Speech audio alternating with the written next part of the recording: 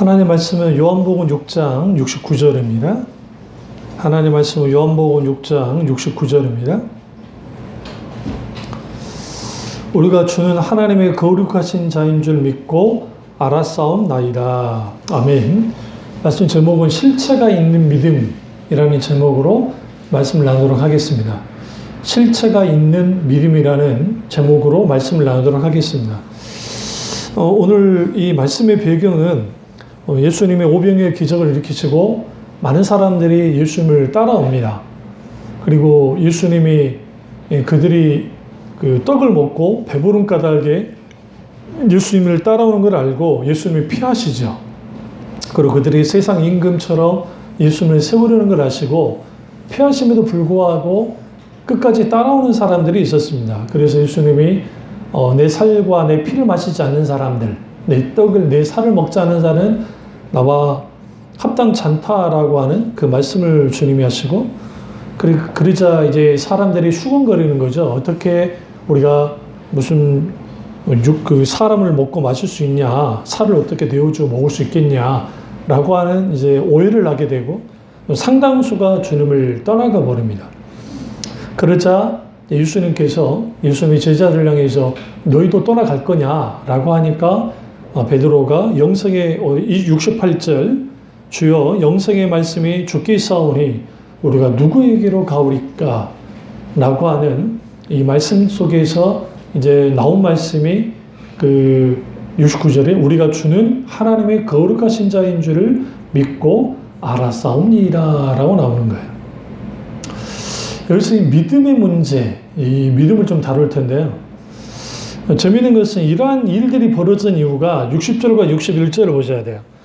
제자 중 여럿이 듣고 말하되 이 말씀은 어렵도다 누가 들을 수 있느냐 한데 예수께서 스스로 제자들이 이 말씀에 대하여 수군거리는 줄 아시고 이르시되 이 말이 너에게 걸림이 되느냐. 여기서 걸림이 되느냐, 스칸달리 조마이, 걸러져 넘어졌냐 라고 주님이 말씀하시는 거죠.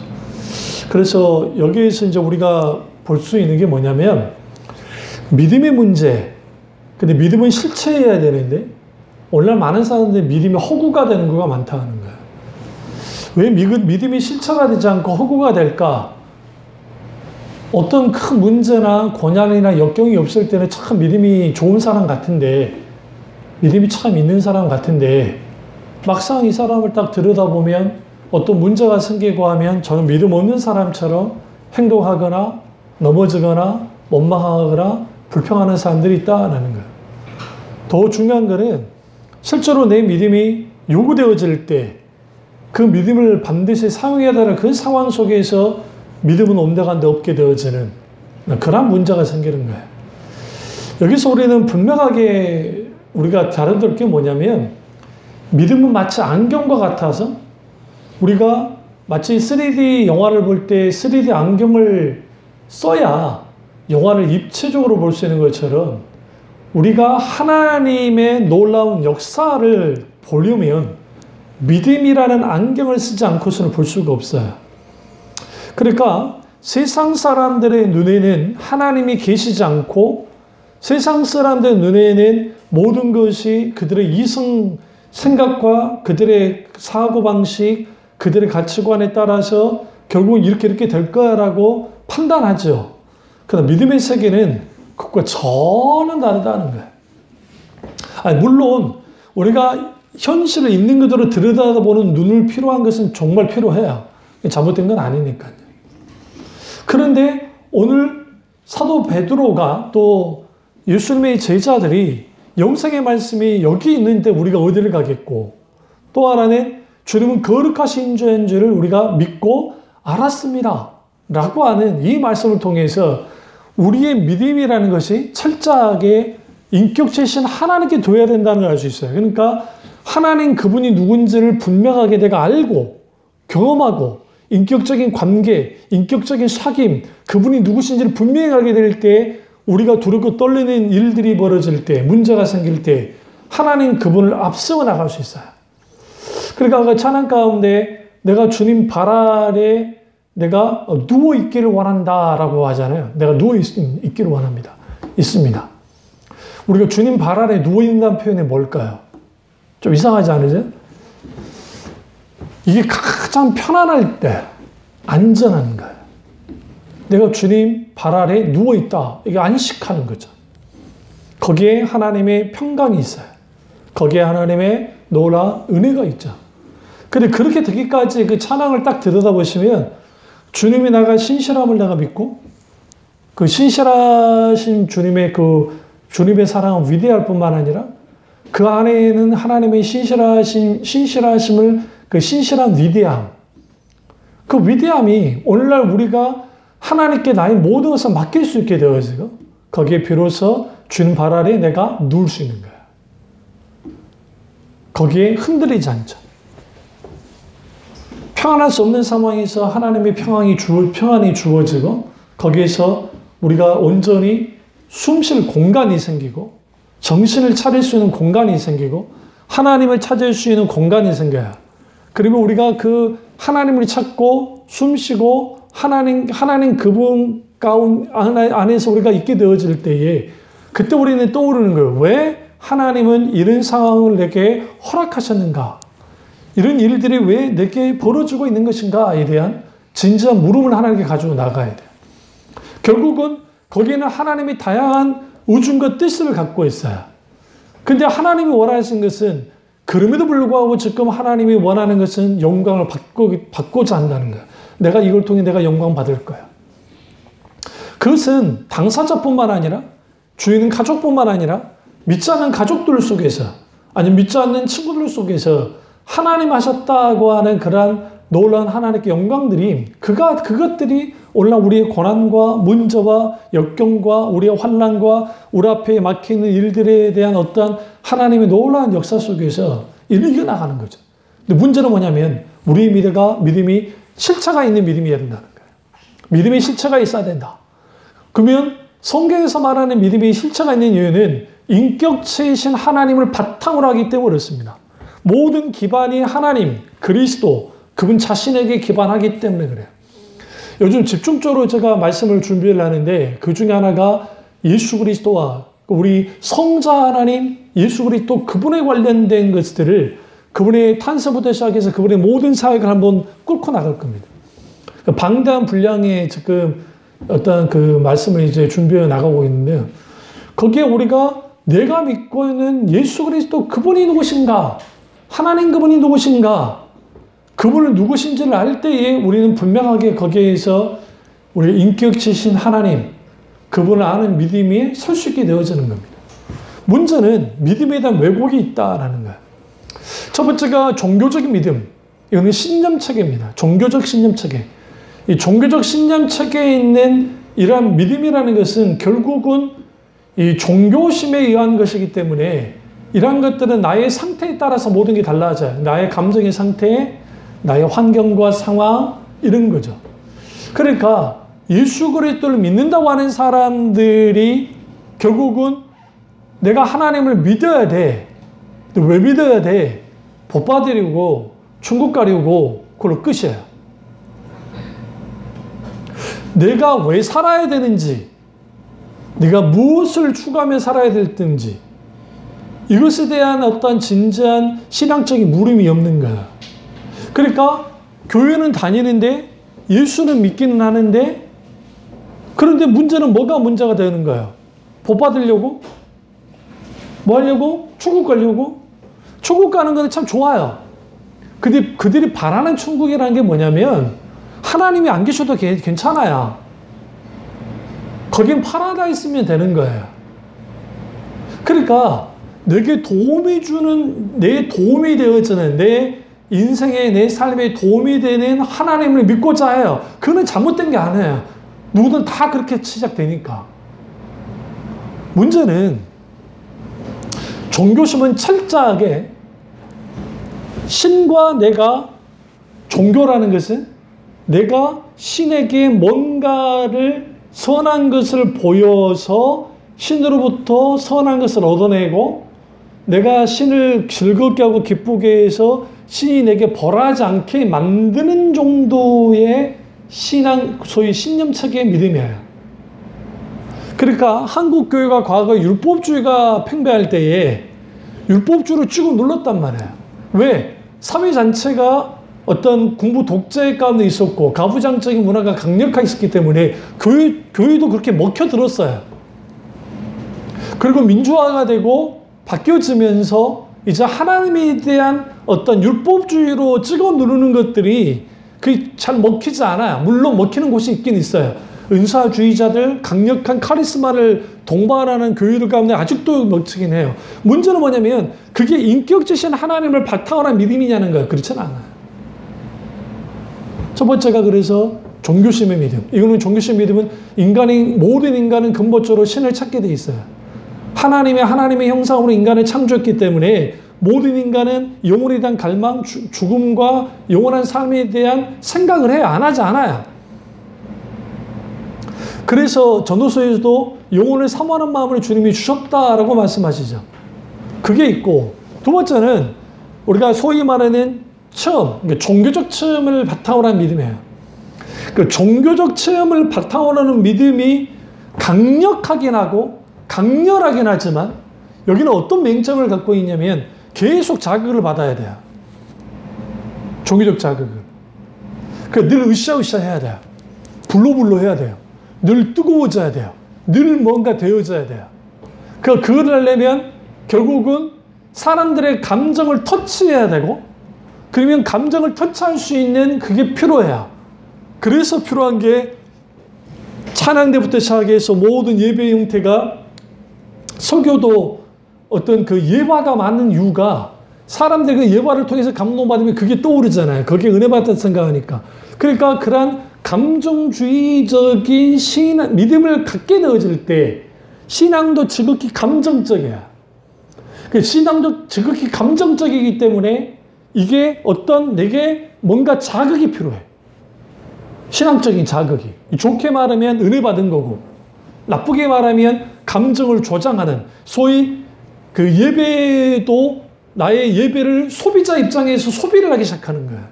그러니까 하나님께 영광을 드려야 될 예배가 사람들이 즐겁고 기쁜 예배가 되어버리는, 우리끼리 즐거운, 우리끼리 막 그런 예배가 되는 거야. 우리나라 큰 교회 어저께 잠깐 예배 실황을 보면서 제가 가슴이 아팠던 게 뭐냐면, 저 모습이 과거 내가 70년도, 80년도에 했던 것을 그대로 가져가고, 그리고 세련되게 하면서 뒤에다가 이제 뭐 어마어마한 화면과 그걸 다 같이 회중도 같이 볼 수 있도록 자기들의 모습을 볼 수 있도록 해주면서 거기 어마어마한 찬양들이 하더라고요. 그걸 보면서 저게 성령님의 자리는 어디 있을까? 사람들이 찬양하는 모습 속에서 그들이 막 기뻐하고 저렇게 하긴 하는데 정말 하나님의 영광을 위한 찬양인가? 모든 것은 인격체신 하나님을 바탕으로 돼야 되고, 찬양도 인격체신 하나님 그분이 영광 받으신 곳을 나가야 돼요. 그래서 교육주의자들은 철저하게 지나친 감정주의도 경계했지만 냉랭한 냉소주의도 경계를 했어요. 왜냐하면 성령께서 우리 가운데 역사하실 때 감정이 뜨거움이 일어나는 것은 당연한 거니까. 그 성령님이 하실 일이에요. 중요한 건 뭐냐면 사람이 조장하는 게 문제라는 거야. 그래서 믿음도 조장되어져야. 믿습니까? 할 수 있습니다. 믿습니다. 하나님이 하십니다.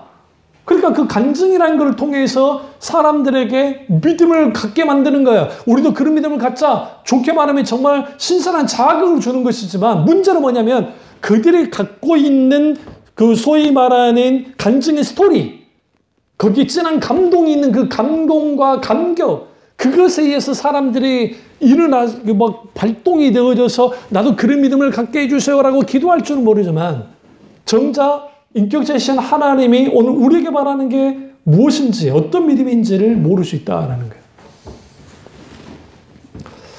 그러니까 믿음의 실체가 없어요. 어떤 실체가 없느냐? 믿음은 결국은 하나님의 말씀을 의존하는데, 하나님의 말씀을 의존하는 믿음이라는 것은 결국은 인격지신 하나님으로부터 우리가 믿음으로 선물을 받았고, 그분이 믿음의 주님이기 때문에, 주인이기 때문에, 그러면 그렇다 한다면 내 믿음 또한 인격지신 하나님과의 관계가 바른 관계로 가지 않는 이상 내 믿음이 온전한 믿음, 성경이 말하는 믿음을 갖는 것은 불가능해요. 내가 아무리 기도를 많이 해도 하나님 얼굴이 아니라 하나님의 손만 보면 의미가 없고, 내가 대단한 열정을 가지고 하나님께 예배를 드리고 소위 말하는 한다 할지라도, 대단한 엄청난 제사를 드린다 할지라도 내 중심이, 내 자신이 드려지는 예배가 아니면 하나님 받지 않아요. 그러니까 다윗이 그의 참회의 시라고 하는 그 시편에서 뭐라 합니까? 하나님이 정말 수천의 만만의 제사를 원하셨으면 그 제사 다 드렸을 거라는 거예요. 그러나 하나님이 원하는 제사는 통회하고 자복하는 심령이라라고 있다. 하나님 그분. 예배는 뭐냐? 하나님 그분.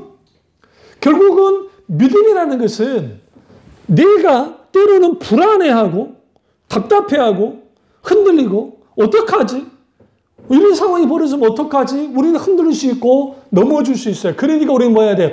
주께 속해야죠. 나는 주님이 것이니까 내가 주께 속하기 원하고 내가 눈을 들어야 돼요.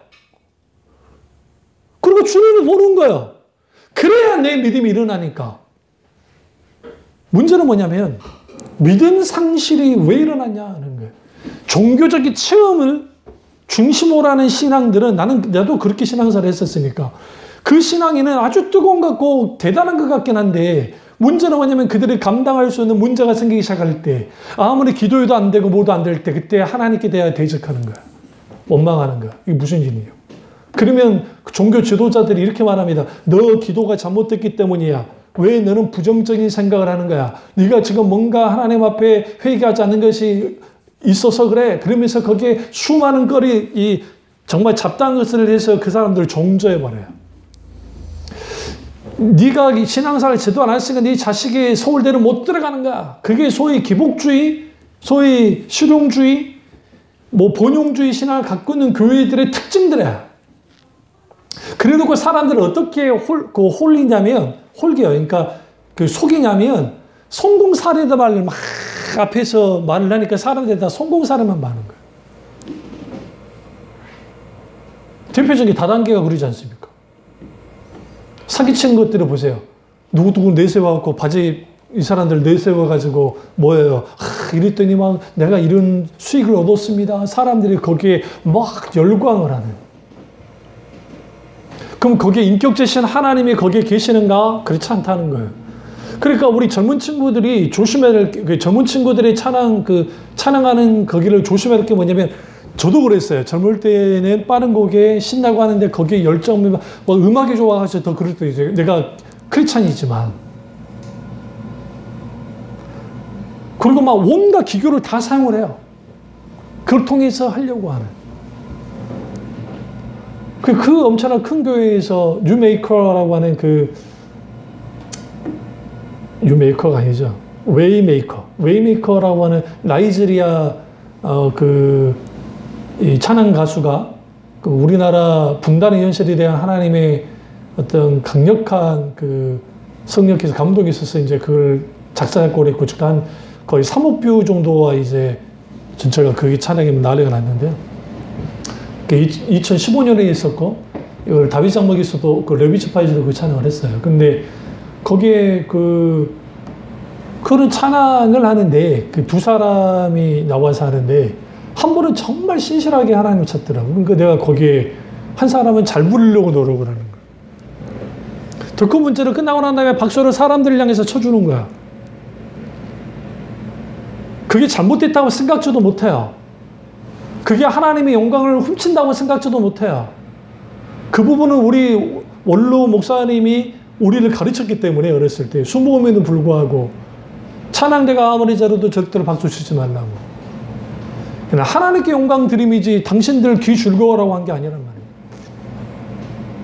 그래서 우리가 분명하게 여기에서 볼 게 믿음의 실체가 있어야 되는데 그것이 소위 종교심에 의한 것들이든 그게 신념체계이든 그게 종교적인 체험이든 이런 것들은 신비주의와 열광주의와 그쪽으로 나가게 되고 또 하나는 그런 신앙의 형태를 갖게 되어지면 그러니까 하나님의 말씀 가운데 인격지신 하나님을 만나는 그 믿음을 갖지 못하면 모든 믿음의 형태는 율법주의, 그 다음에 기복주의, 인본주의, 죽은 정통주의 빠질 수밖에 없어요.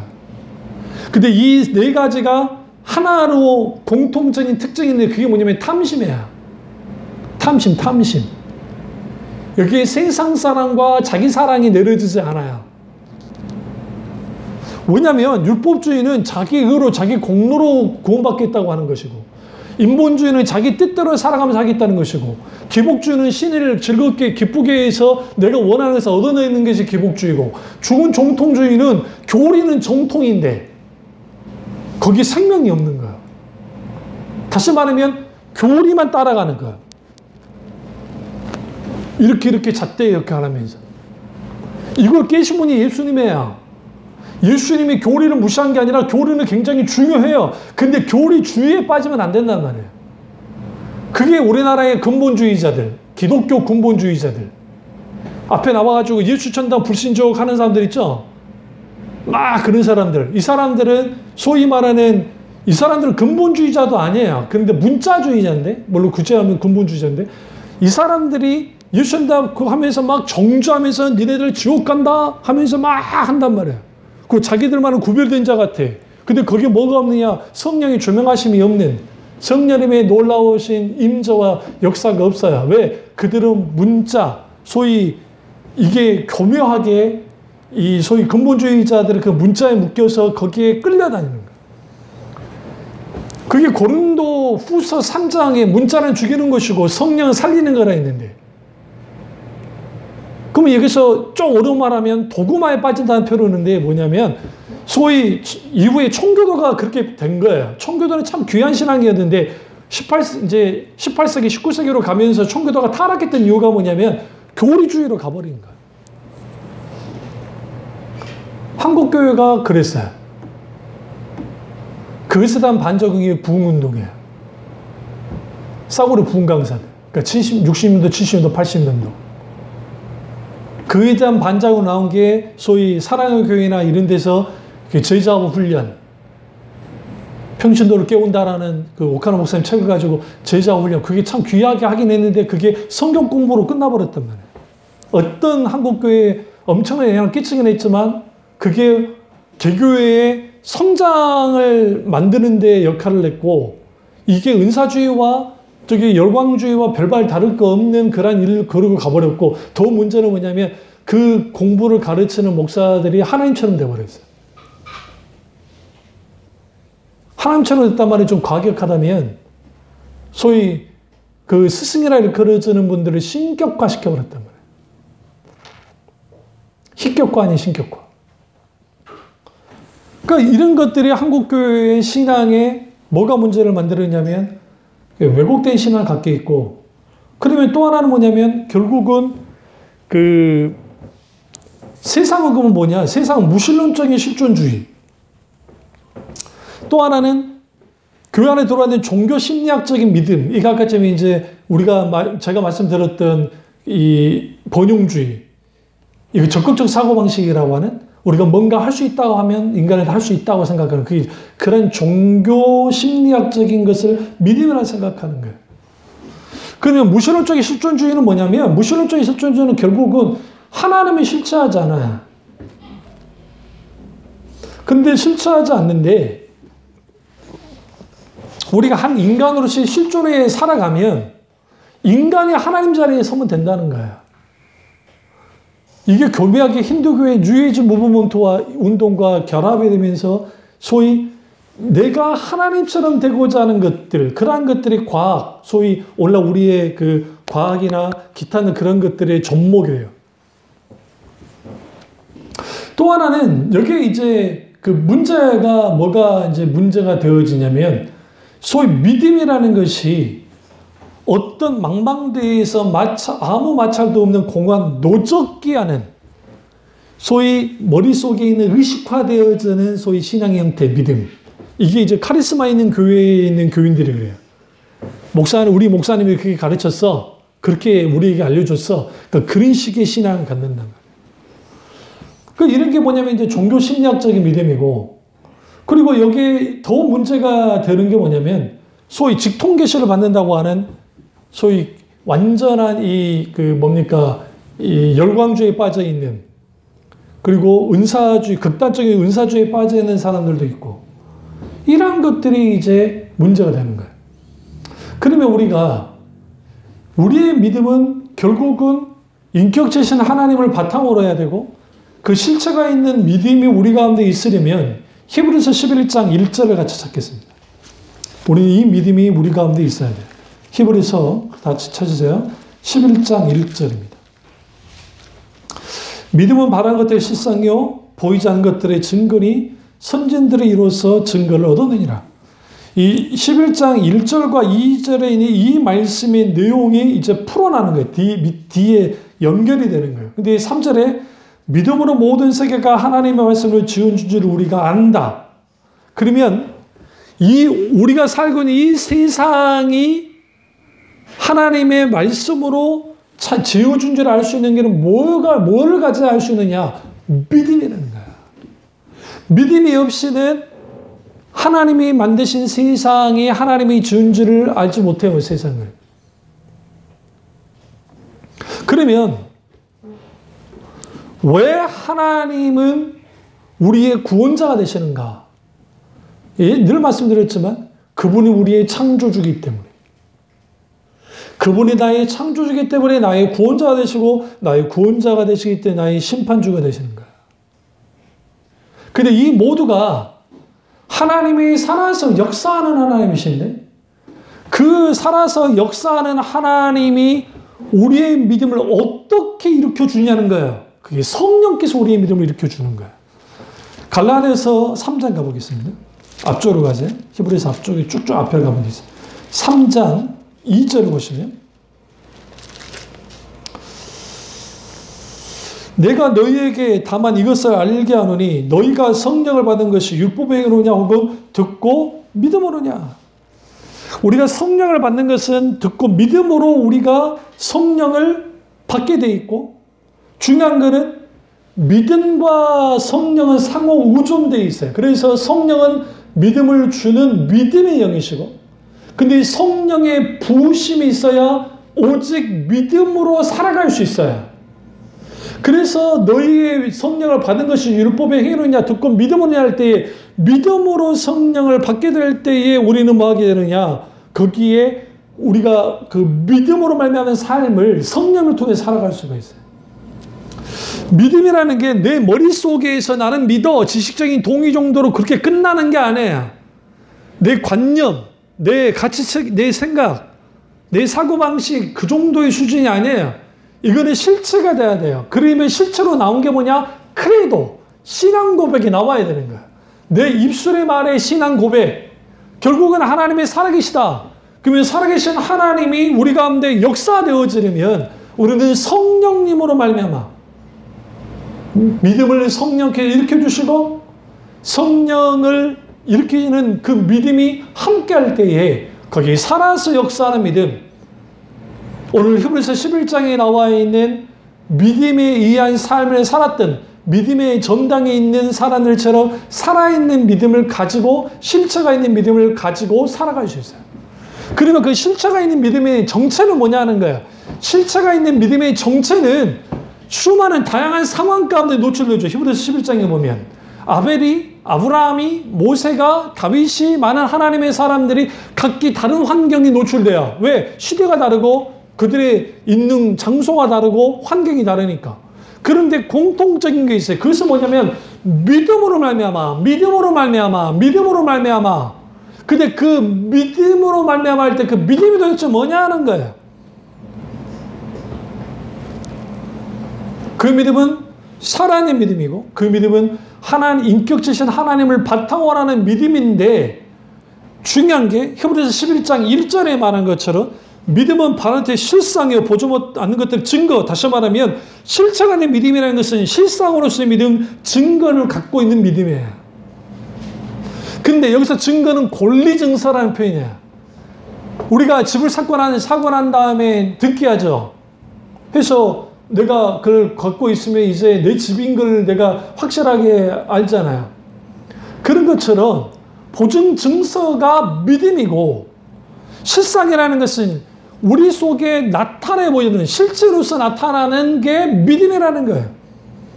뭐 하는 것? 바라는 것들의 실상이다. 아직 내 앞에는 보이지 않지만 보이는 것으로 붙들고 실제로서 붙드는 게 믿음이라는 거예요. 이게 신념과 믿음의 이게 오해하게 만드는 건데, 신념은 내가 생각할 때 이렇게 될 것 같아 붙드는 것이고, 여기서 말하는 바라는 것은 누구로부터 오느냐? 하나님께로부터 와요. 그 약속을 붙드는 거예요. 내가 하나님의 뜻과 의중을 알아서 그것을 붙드는 거예요. 아브라함이 갈대아우르를 나왔잖아요. 하나님의 약속을 붙들고 나왔잖아요. 아직 눈앞에 그 아들을 낳을 것도 모르고 땅도 주지 않았지만 그 붙들었단 말이에요. 뭘 붙드는 거야? 하나님의 말씀을, 하나님의 의중과 뜻을, 하나님의 약속을, 하나님의 우리에게 향한 하나님의 뜻을 우리가 붙드는 거. 이루어지지 않았지만 그게 실상으로서 나타나는 거예요. 실체로서. 그러면 누군가로 해서 우리가 중보기도를 할 때에 중보기도 속에서 하나님이 주시는 어떤 의중과 뜻들이 있고, 그렇다 한다면 우리는 그것을 붙드는 거야. 물론 분별을 해야겠지만. 그래서 우리가 우리의 믿음이, 실제로서의 믿음이 일어나려면 하나님의 말씀, 성경 말씀, 또 소포되는 설교 말씀을 통해서 그 안에서 인격체신 하나님을 만나는 게 매우 중요해요. 왜 그러냐면 하나님의 말씀 가운데 인격체신 하나님을 만나야, 그래야 하나님을 알아요. 하나님을 알아야 아는 만큼 하나님을 사랑하게 돼요. 사랑해야 그분을 사랑한 만큼 신뢰해요. 길을 가다가 우리 헌이가 있는데 어떤 아저씨가 야, 너 나 따라와 하면 헌이가 따라가겠어요? 왜 이러세요? 근데 길을 가다가 나를 만났네. 목사님이 헌아 저기 가자.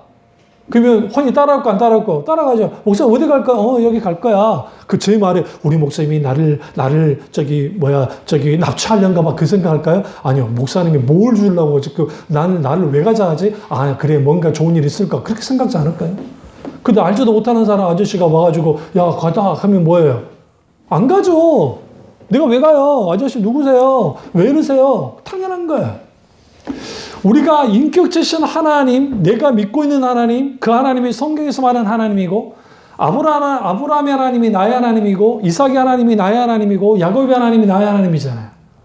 왜 예수님께서 아브라함과 이삭과 야곱의 하나님이라 그랬을까요?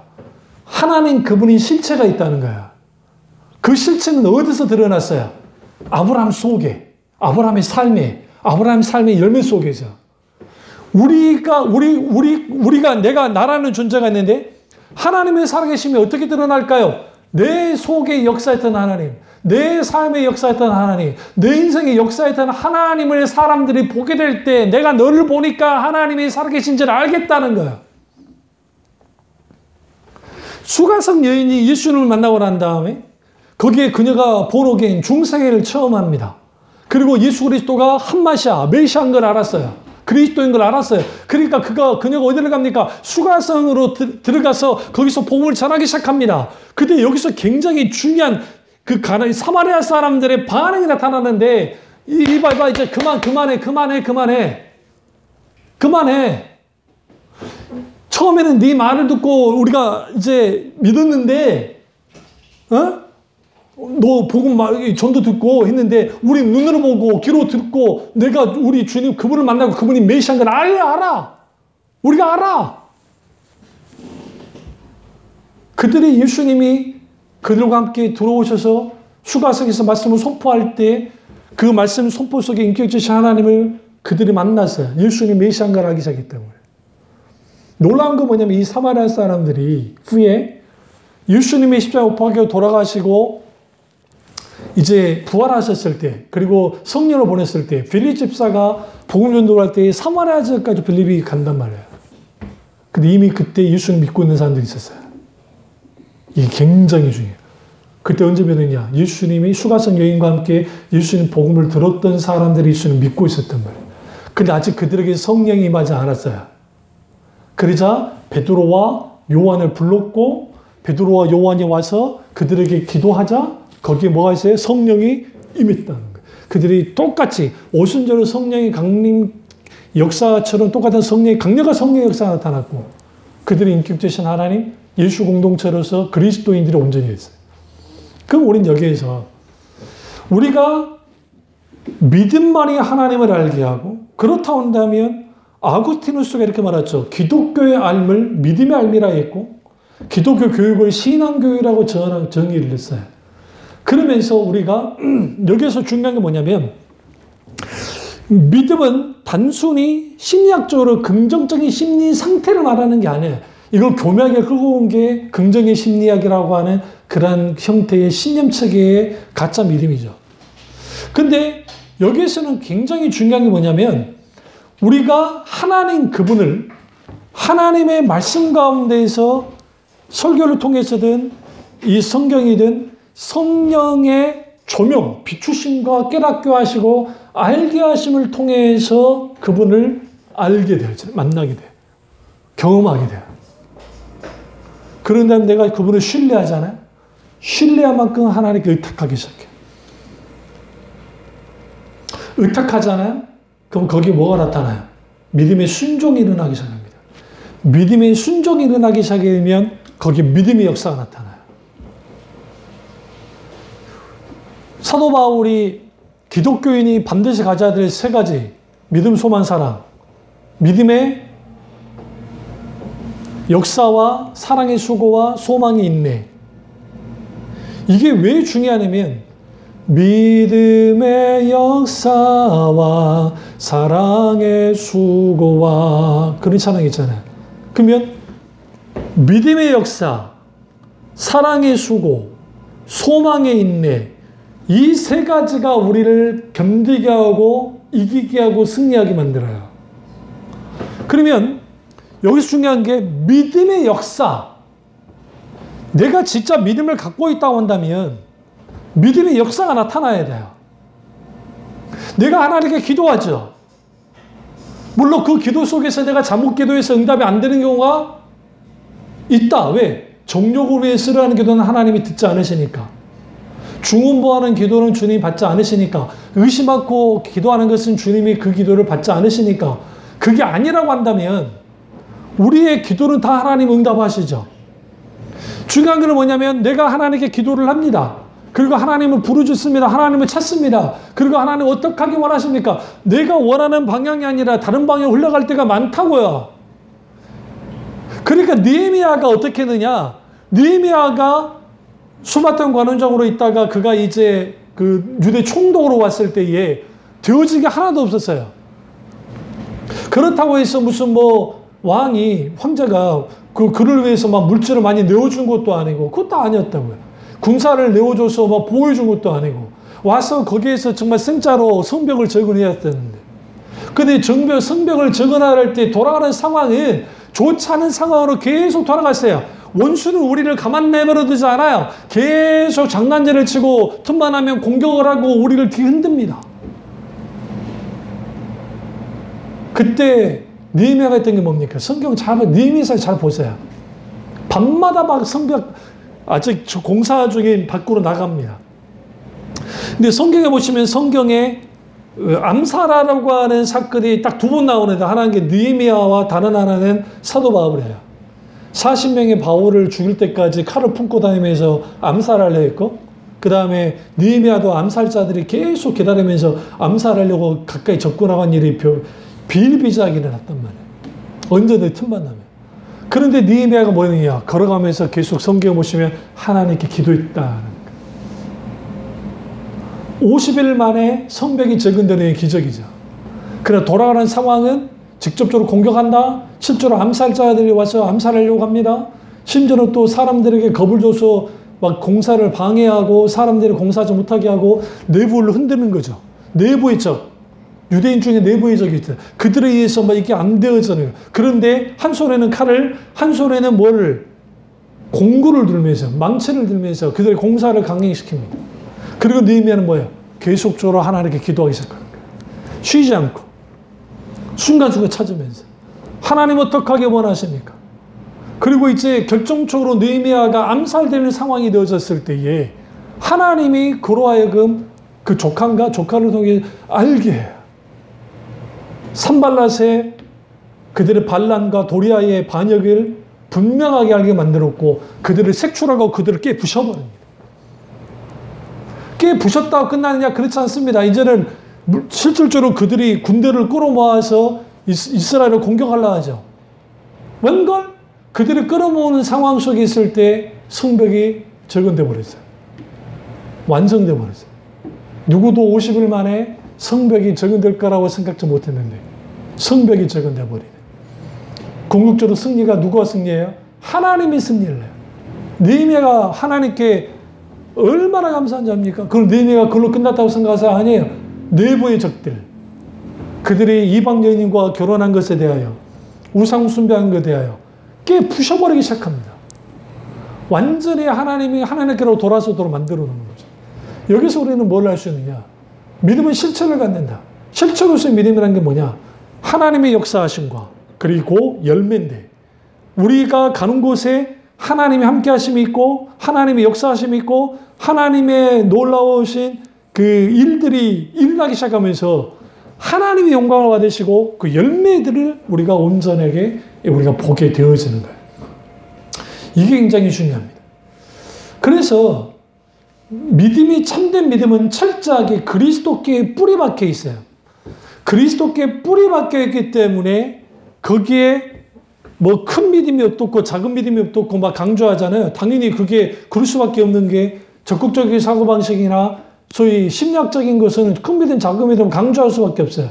그래서 성경에서 자세히 들여다보시면 큰 믿음이든 작은 믿음이든 믿음의 본질적인 차이를 만들어내지 못해요. 왜 그러냐면 믿음에서 가장 중요한 것은 생명 있는 믿음을 가지면 되는 거예요. 겨자씨만한 믿음만 가져도 저 산을 들어 저 바다에 던지니까. 그러면 우리에게 중요한 것은 때로는 우리가 믿음이 없어서 베드로처럼 믿음이 적은 자라고 책망받을 수 있어요. 백부장처럼 믿음이 큰 자라고 칭찬받을 수 있어요. 그런데 이것은 본질적인 차이를 말하는 게 아니라 우리 믿음의 반응을 말하는 거야. 무슨 말이냐? 베드로가 믿음으로 반응할 때에 믿음으로 온전히 반응했으면 큰 믿음처럼 됐을 텐데 큰 믿음의 반응을 못한 거야. 그러니까 믿음이 적은 자라고 천만받은 거죠. 그런데 백부장은 주님이 오시지 않아도 날 줄 믿습니다 라고 하는 그 놀라운 그 신앙 고백 속에서 그 믿음에 반응한 거죠. 똑같습니다. 우리가 우리의 믿음을 철저하게 어떻게 그리스도께 참 믿음으로서 뿌리를 받고 있어야 돼요. 그런데 때로는 내가 믿음에 반응하지 못하고 흔들릴 때 있단 말이에요. 믿음의 유상 아브라함이 이집트로 나가서 믿음 반응 못했잖아요. 내 마누라 아닌데요? 내 누인데요? 틀린 말은 아니에요. 사촌 누이니까. 누인데요? 그럼 두 번째나 하잖아요. 더더군다나 자식을 준다는 약속이 늦어지니까 하가를 취해가지고 믿음 없는 반응을 하잖아요. 그러니까 우리도 신앙생활 하면서 이렇게 정말 쪽박 같은 믿음 행의 행태를 가질 때가 있단 말이에요. 응? 사람에 따라 그 반응이 달라질 때가 있어요. 중요한 거는 예수 그리스도께 뿌리 박힌 믿음은 결코 뽑혀지지 않는다는 게 중요한 거야. 실체가 믿음이라는 게 그거예요. 그러니까 감정과 종교 체험과 소위 말하는 자기 어떤 신념책에 있는 것은 자기의 상황에 따라서 믿음이 뿌리쳐 흔들려요. 그들의 종교적 체험이 나타나지 않으면 그들은 신앙이 뿌리처럼 흔들려요. 그러니까 장난질을 하고 거기에 가짜를 하고 그러니까 실제로 있었더니 저기 이초석이 여기 집회한다고 걸어놨습니다. KBS 홀인가 뭔가 그런 데서 주일날 새벽에 3시에 은사 집회한다고. 이렇게 세웠는데 이렇게 세운 게 자기들이 넘어질 사람들 이렇게 세워가지고 넘어져야 돼. 자기들끼리 그런 거 듣고 온 내 동기가 그 이단들 조사하러 갔다가 듣고 온 사람이 있어. 발언자비들. 넘어져 주는 거야. 같이 넘어지는 거지. 그게 뭐예요? 자기 암시. 소위 말하는 사람들의 심리를 이용한 그런 것들. 그게 마치 하나님의 역사인 것처럼. 그런 것들이 교회 안에 안 들어와 있나요? 많이 들어와 있어요. 이 부분이 깨떨어져야 돼. 근데 그런 것들이 우리는 여기서 중요한 게 뭐냐면 우리의 믿음이라는 것은 철저하게 그리스도께 뿌리를 받고 있기 때문에 때로는 아브라함이 실수했던 것처럼 야곱이 실수했던 것처럼 믿음 없는 행동할 수 있다니까요. 내가 그 말 안 하는 거야. 그리고 넘어져요. 그런데 성경이 이렇게 말합니다. 믿음의 사람은 의인이고 의인은 7번 넘어져도 다시 일어선다. 그렇다면 믿음의 성패는 인격지신 하나님께 내가 날마다 그분을 찾고 그분을 의지하고 그분을 바라보고 그분과 함께하면서 나의 믿음의 축을 인격지신 하나님께 두는 거예요. 말씀을 두는 거예요. 그게 우리 속에 있게 되어질 때 때로는 넘어질 수 있고 때로는 내 믿음 없는 행동, 어떤 그 믿음 없이 나타난 것으로 나올 수 있지만 그리스도께 뿌리박는 성령의 믿음을 우리가 갖게 되어졌을 때 그 믿음이 우리로 하여금 실체가 있는 믿음, 사실적 실제적인 믿음으로서 역사가 나타나고 맞는 거야. 그래서 골로새서 2장 6절 7절에 그러므로 너희가 그리스도 예수를 주로 받았으니 그 안에서 행하되 그 안에서 뿌리를 박으면 사도행전 3장 16절에 예수로 말미암아 난 믿음이 너희 모든 사람 앞에 이같이 완전히 낫게 하니 여기서 예수로 말미암아 난 믿음은 나로부터 나는 게 아니라 주님으로부터 나요. 그래서 우리가 믿어지지 않는 상황, 정말 힘들고 어려운 상황에 벌어졌을 때 하나님 그분을 찾기 시작할 때 하나님이 하겠다 하실 때 우리는 뭐 하는 거야? 믿고 의지하고 따르면 붙들고 그분만을 바라보면 그 믿음이 실질적으로 성령님에 의한 놀라운 역사가 나타나기 시작할 때 믿음의 능력이 나타나는 거예요. 그 믿음의 능력이 나타날 때 사람을 알게 됩니다. 하나님의 살아계시다는 사실이. 이 놀라운 은혜가 저와 여러분께로 주님으로 축원합니다. 기도하겠습니다. 기도하실 때 이 말씀이 나의 말씀, 우리 말씀 되게 다 기도하겠습니다. 사랑의 주 역사